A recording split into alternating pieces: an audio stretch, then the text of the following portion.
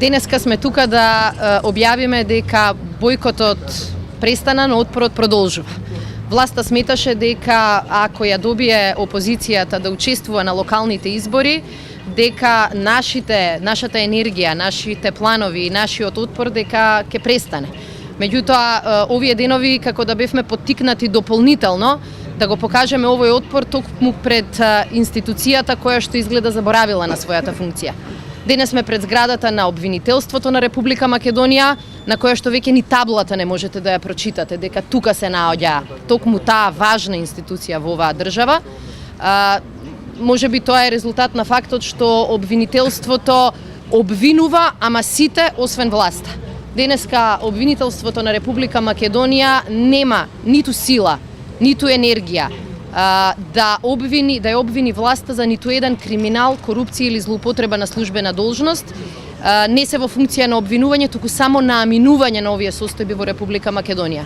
Пред неколку дена бевме информирани дека кривичната пријава која што ја поднесовме сите пратеници од опозицијата против председателот на Собранието Трајко Велјановски заради настаните од срамниот и црн понеделник од 24 декември минатата година, дека се отфрлува од страна на обвинителството. На обвинителството му беа потребни помалку од 3 месеци за да побрзо го ослободи Трајко Велјановски од одговорност за се она што под негова палка се случуваше во Македонското собрание. Тоа го направија, се разбира, во одокото на јавноста, го направија на брзина да му ја олеснат туристичката посета на Трајко Велјановски на Индија на државен трошок. Она што целата македонска јавност имаше прилика да го види со своји очи, а тоа е грубото кршење на уставот, на законите, на собранискиот деловник, тоа се разбира не беше доволен факт за ова обвинителство и тие одлучија да бидат слепи при очи. Сето она што можеше да го види и македонската и меѓународната јавност не беше доволно за да обвинителството покрене постапка за грубото кршење на законите и уставот и злоупотребата на службена должност од страна на Трајко Велјановски. Со ова мислам дека обвинителството уште еднаш покажа дека во Македонија институциите систематски се рушат и се ставаат во функција на партиски цели.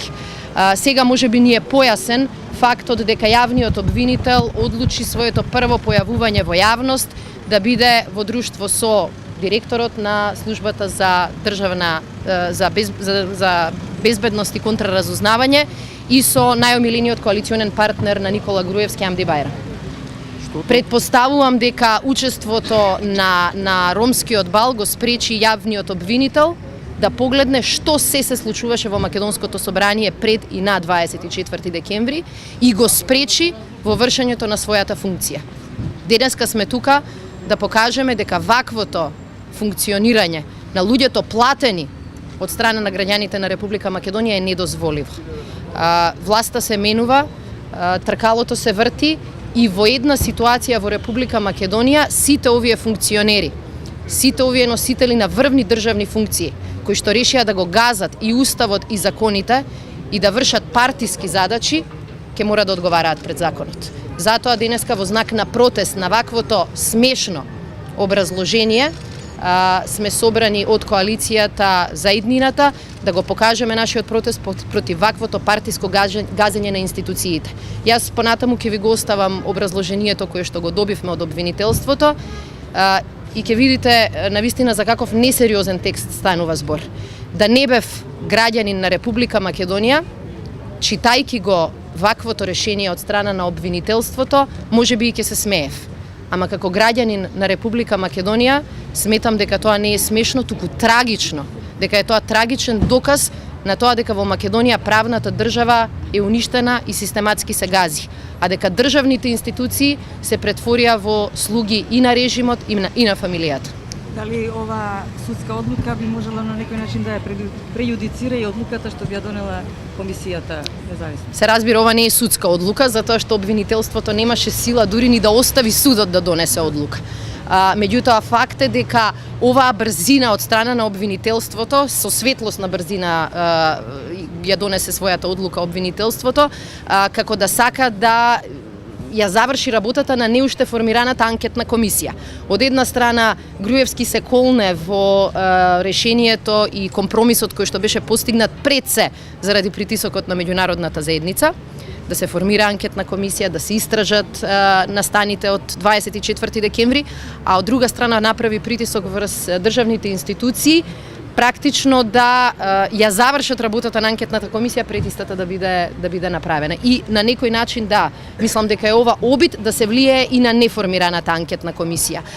Она што е интересно е дека обвинителството беше многу брзо во перењето на валканите алишта на Трајко Велјановски, меѓутоа затоа му требаат месеци и години за да го каже својот став за некои други случаи. Например, подсетете се на случајот со личните карти и државјанства издадени во Ресен, кој што се уште се истражува од страна на обвинителството. Излеговме во јавноста и понудивме конкретни докази дека владата прво им дава државјанства на граѓани кои што ги увезе од соседна Албанија, потоа им дава лични карти, сега видовме дека им даваат и плави картони, се со цел да ги има нивните гарантирани гласови.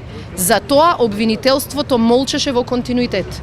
Обвинителството молчи во континуитет и за случајот Телеком и корупцијата на македонски политичари, за која што дискутира неколку странски држави. И најдоа дека подкуп се случил.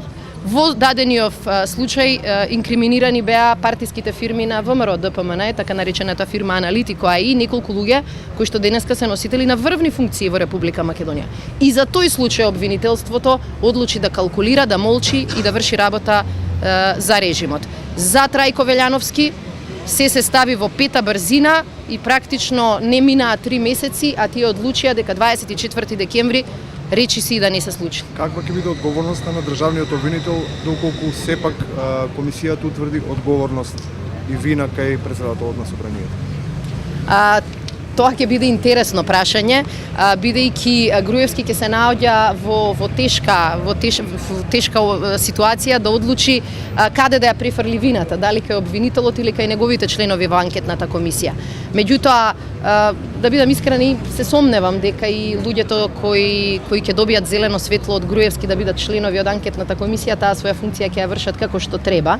И тие се тренирани да бидат послушници, онака како што ги тренираат да бидат послушници и сите овие кои што работат во оваа зграда.